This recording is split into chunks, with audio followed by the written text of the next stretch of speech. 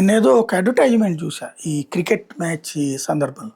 రూపాయి కోసం ముగ్గురు, నలుగురు కొట్టుకోవడం. ఆ రూపాయికి ఏమొస్తది అంటే, రూపాయికి ఇదిగో చాక్లెట్ వస్తది, బిస్కెట్ వస్తది. అదేదో అడ్వర్టైజ్మెంట్ అనమాట. నాకప్పుడు నవ్వొచ్చింది. ఆంధ్రాలో అయితే ఎకరం భూమి వస్తది. లేదో 100 ఎకరాల భూమి వస్తది. 500 ఎకరాల భూమి అయినా వస్తది ఒక్క రూపాయికి. అది మర్చిపోతే ఎట్లాగా? రూపాయికి మనం షాప్‌కెళ్తే బెల్లా బిస్కెట్ కూడా రాదు.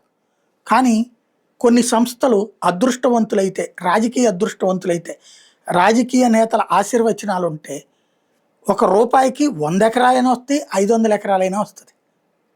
వాళ్ళు బడా బడా సంస్థలయ్యి ఉండాల. అపర కోటీశ్వరులయ్యి ఉండాలి.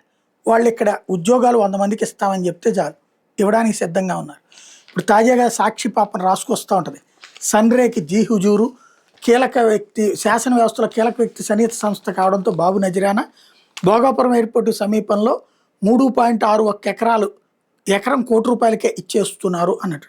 అలాగే సత్వా రియాల్టీ అనేటటువంటి సంస్థ ఐటీ కంపెనీ పెడతానని చెప్పి చివరికి నా దగ్గర డబ్బులు లేవు, డబ్బులు ఇచ్చేందుకు ఐటీ కంపెనీ అదే రియల్ ఎస్టేట్ వాళ్ళు వస్తారు, వాళ్ళకి కూడా భూమి కేటాయించాలని చెప్పి తద్వారా భూమి తీసుకుంటుంది అన్నది. ఇదివరకు ఒక ఇండస్ట్రీ పెడతానంటే దానివల్ల 10 మందికి ఉపాధి వస్తుందని ఇచ్చేవాళ్ళు. ఇప్పుడు ఇళ్ళు కట్టుకుని అమ్ముకుంటాం, అపార్ట్మెంట్లు కట్టి అమ్ముకుంటాం, విల్లాలు కట్టి అమ్ముకుంటామంటే కూడా భూములు ఇచ్చి అది ఇండస్ట్రియల్ గ్రోత్, దానివల్ల ఉపాధి అవకాశాలు వస్తాయని ప్రజల్ని కన్విన్స్ చేస్తుంటే, ప్రజలు కూడా పోనీలే తిననీలే అనుకుంటుంటే ఎవడు మాత్రం ఏం చేస్తాడు?